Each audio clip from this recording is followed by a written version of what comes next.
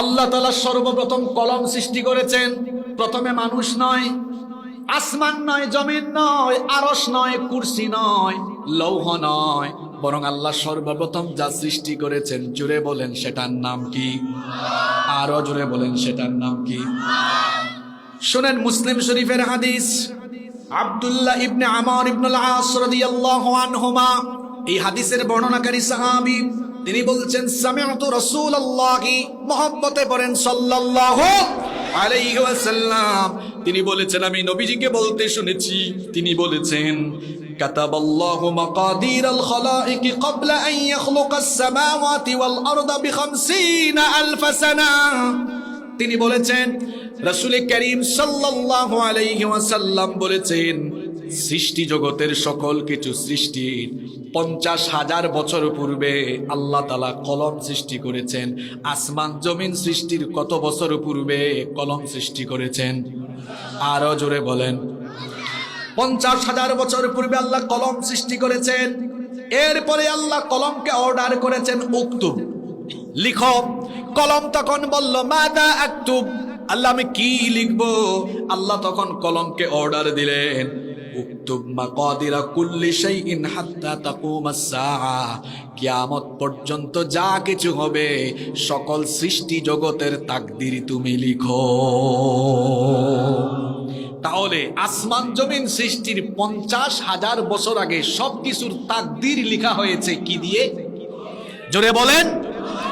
এখানে কলম দিয়ে, ওই কলম উদ্দেশ্য হতে পারে, অর্থাৎ নবীজি নবুয়তের দাওয়াত শুরু করার পর কাফেররা নবীজিকে পাগল যখন বলছে, আল্লাহ কলমের কসম করে বললেন কাফিরের দল, তিনি হঠাৎ করে নবী হন নাই, আসমান জমিন সৃষ্টির 50,000 বছর আগেই লেখা হয়েছে তাকে আমি নবী বানাবো। আল্লাহু আকবার। কোন কোন মুফাসসির বলেছেন কলম দ্বারা সেই কলম উদ্দেশ্য যেটা প্রথমে সৃষ্টি করা হয়েছে। কোন কোন মুফাসসির আবার বলেছেন কলম দিয়ে আমরা যে কলম ব্যবহার করি এই সাধারণ কলম বোঝানো হয়েছে। তবে আমরা যে কলম ব্যবহার করি এটা আমরা নিজেরা এই কলম ব্যবহারের কৌশল শিখি নাই। সর্বপ্রথম আয়াত নাজিল হয়েছে পড়ালেখার আয়াত। কিসের আয়াত? আরেকটু জোরে বলেন। এখন অনেকে বলে মোল্লারা কিচ্ছু বুঝে না, শিক্ষা ব্যবস্থা নিয়ে মোল্লারা কি কথা বলবে? তো শোনেন, আল্লাহ তাআলা কোরআনের মধ্যে সর্বপ্রথম নামাজের আয়াত দেন নাই, রোজার আয়াত দেন নাই, যাকাতের আয়াত দেন নাই, হজের আয়াত দেন নাই। প্রথমে আল্লাহ দিয়েছেন পড়ালেখার আয়াত। কথা বুঝে থাকলে বলেন, সবার আগে আল্লাহ দিয়েছেন কিসের আয়াত? পড়া এবং লেখা কোথায় আছে শোনেন। প্রথমেই জিবরিল নবীজির কাছে ওহী নিয়ে আসলেন, নাজিল হয়ে গেল ইকরা বিসমি রাব্বিকাল্লাযী খালাক খালাকাল ইনসানা মিন আলাক ইকরা ওয়া রাব্বুকাল আকরামুল্লাযী আল্লামা বিল কলম আল্লামাল ইনসানা মা লাম ইয়ালাম। বুদ্ধিজীবী বুদ্ধি হইতে হইতে মাথার মাঝখানের সব চুল পড়ে গেছে, মুছাছে দাড়ি নাই। তারা বলে মোল্লারা এগুলো কি বুঝবে? তো শুন, মোল্লারা কি বুঝে। সর্বপ্রথম পড়ালেখার থিওরি এই কোরআনে দেওয়া হয়েছে। পড়ালেখা আমাদেরকে শিখাচ্ছ, আর কই মোল্লারা কি জানে? এজন্য ওই তথাকথিত বুদ্ধিজীবীরা প্রথমে 2-3 দিন না বুঝে মোল্লাদের সাথে টকশুতে বসেছিল।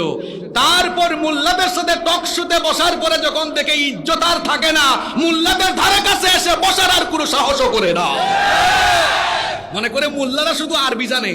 আমাদের সমাজে তো কিছু লোক আছে 2-3 পাতার ইংরেজি আর 6-7 পাতার বিজ্ঞান, মনে করে হামসে বড় কোন হে, আমার চেয়ে বড় কে আছে, সব আমি জেনে ফেলেছি। যে আলেমরা 30 পারা কোরআন সিনায় ঢুকিয়ে ফেলেছে, হাজার হাজার আয়াত, হাজার হাজার হাদিস সিনায় ভেতরে ঢুকিয়ে রেখেছে, সেই আলেমরা তোমার 2-3 পাতার ইংরেজি আর 6-7 পাতার বিজ্ঞান চাবায়া চুবায়া খেয়ে ফেলতে পারবে। কথা কি বোঝা যায়? কষ্ট হচ্ছে নাকি? কেন সর্বপ্রথম পড়ালেখার আয়াত? ইকরা বিসমি রাব্বিকাল্লাযী খালাক, পড়ো তোমার রবের নামে যিনি সৃষ্টি করেছেন। ইকরা, পড়ো। কার নামে? আরেকটু জোরে বলেন। আমাদের রব কে?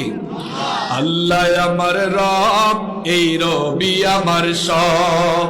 আল্লাহ আমার রব, এই রবি আমার সব। দমে দমে তনু মনে তারি অনুভব। আল্লাহ আমার রব, এই রবি আমার সব। তোমার দুনিয়াতে আমি যেদিকে তাকাই, অথই নিয়ামতে ডুবে আছি সবাই। পাক পাখালির গানে শুনি তসবিহ কলরব, তসবিহ কলরব। আল্লাহ আমার রব, এই রবি আমার সব। পড়েন আলহামদুলিল্লাহ। বলা হয়েছে পড়ো, এখানে কারিকুলাম দেওয়া হয়েছে। কারিকুলাম শিক্ষাক্রম আল্লাহ দিয়েছেন যে পড়ালেখাটা হবে রবের নামে। পড়ালেখার ভিতরে যদি রবকে চেনা, রবকে ভয় করার মেথোডোলজি না থাকে, তাহলে ওই কারিকুলামে দ্বীনি শিক্ষা বাদ দিয়ে যে শিক্ষা দেওয়া হবে, ওই শিক্ষাক্রম দিয়ে ও যে জাতি শিক্ষিত হবে, ওইটা শিক্ষিত হওয়ার পাশাপাশি শিক্ষিত চোর হবে, শিক্ষিত ডাকাত হবে, শিক্ষিত লুটেরা আর দুর্নীতিবাজ হবে। কারিকুলাম বানিয়েছি, কারিকুলাম দিয়ে তো অনার্স মাস্টার্স পিএইচডি হোল্ডার হয়ে তারপরে দেশের টাকা বিদেশে পাচার করেছে।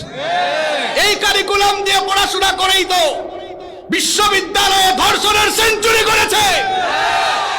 আর আমার মাদ্রাসাগুলোতে, যেখানে কৌমিয়া আলিয়া মাদ্রাসায় কোরআন হাদিস পড়ানো হয়, সেখানে এমন পরিবেশ আছে। আপনি স্কুলের সামনে দিয়ে গেলে সালাম বেশি পাবেন না মাদ্রাসা দিয়ে গেলে বেশি সালাম পাবেন? মাদ্রাসার সামনে দিয়ে গেলে দেখবেন মাদ্রাসার ছেলেরা পেলেই বলবে আসসালামু আলাইকুম ওয়া রাহমাতুল্লাহ। আর কলেজের সামনে দিয়ে, স্কুলের সামনে দিয়ে গেলে কি আর সালাম, পাইলারও বলবে হাই আঙ্কেল। ইউনিভার্সিটির সামনে দিয়ে গেলে দেখবেন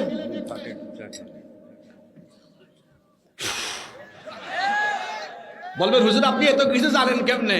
হুজুর স্কুলেও পড়েছে, কলেজেও হুজুর স্কুলেও পড়েছে, মাদ্রাসায়ও পড়েছে, বিশ্ববিদ্যালয়েও পড়েছে। আমাদের দেশের বিশ্ববিদ্যালয়ে পড়ুয়ারা মনে করে মাদ্রাসার ছেলেরা কি জানে, তারা মনে করে নিজেরা অনেক আপডেটেড। তারা আপডেট হইতে হইতে এত আপডেট হইছে, কলেজে আর বিশ্ববিদ্যালয়গুলোতে ঢুকলে দেখা যায় কবুতরের জুড়ার মতো ছেলে মেয়েরা বসে বসে ঢলাঢলি আর মাখামাখি করে বাদাম খায়।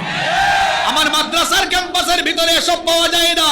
বিশ্ববিদ্যালয়ের হলগুলোতে রাতের বেলা ঢুকলে দেখা যায় বিভিন্ন রুমে গাঁজার গন্ধে রুমের সামনে দিয়ে হাঁটা যায় না। আমার মাদ্রাসার হোস্টেলগুলোতে এগুলো আছে? কথা বলেন আছে?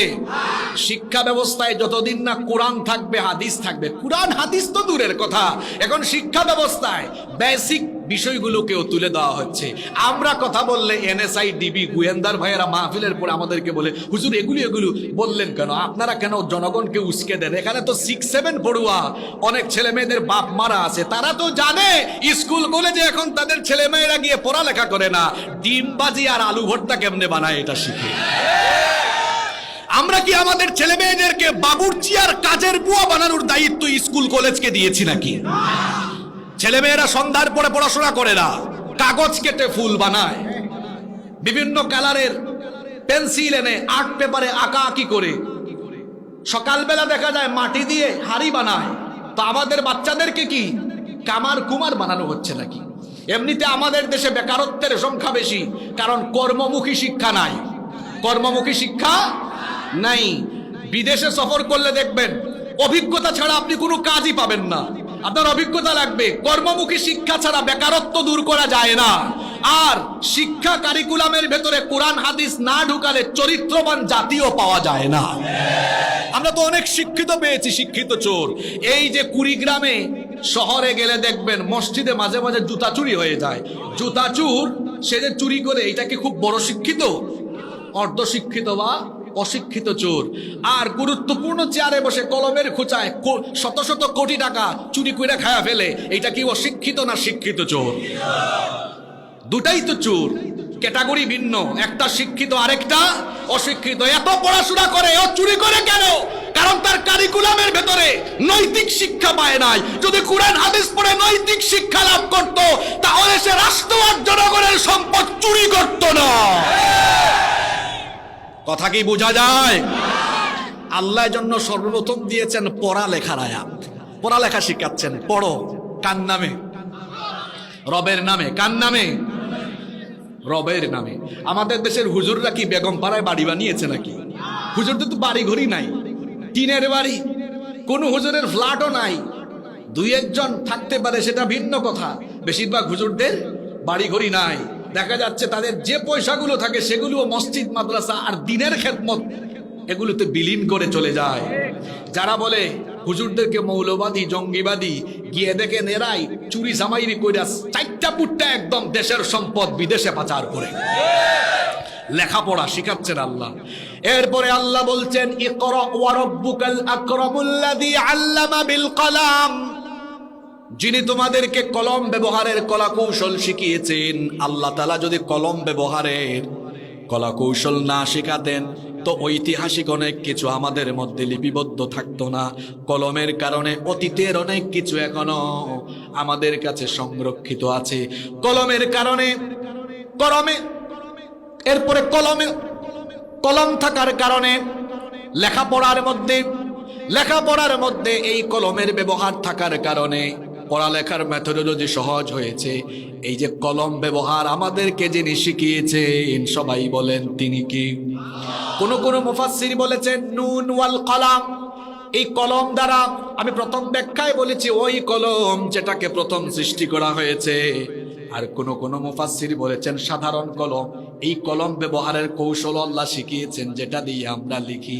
আর কলম, আজ পর্যন্ত কলম দিয়ে যত কিছু লেখা হয়েছে তার মধ্যে শ্রেষ্ঠ হচ্ছে এই কলম দিয়ে আল কোরআন লেখা হয়েছে। কারা লিখেছে? ওয়া মা ইয়াসতুরুন। কিছু ফেরেশতাকে আল্লাহ দায়িত্ব দিয়েছেন, তারা লিখেছে। আল্লাহ তাআলা ওই কলমের কসম করলেন। আল্লাহ বললেন নুন ওয়াল কলামি ওয়া মা ইয়াসতুরুন।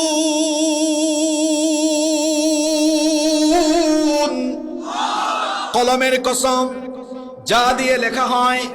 ও নবী, তারা আপনাকে পাগল বলে, আর আমি কসম করে জবাব দিচ্ছি, মা আনতা বিনিআমাতি রাব্বিকা বিমাজনুন। আপনার রবের নেয়ামতে, আপনার রবের দয়ায় আপনি পাগল নন।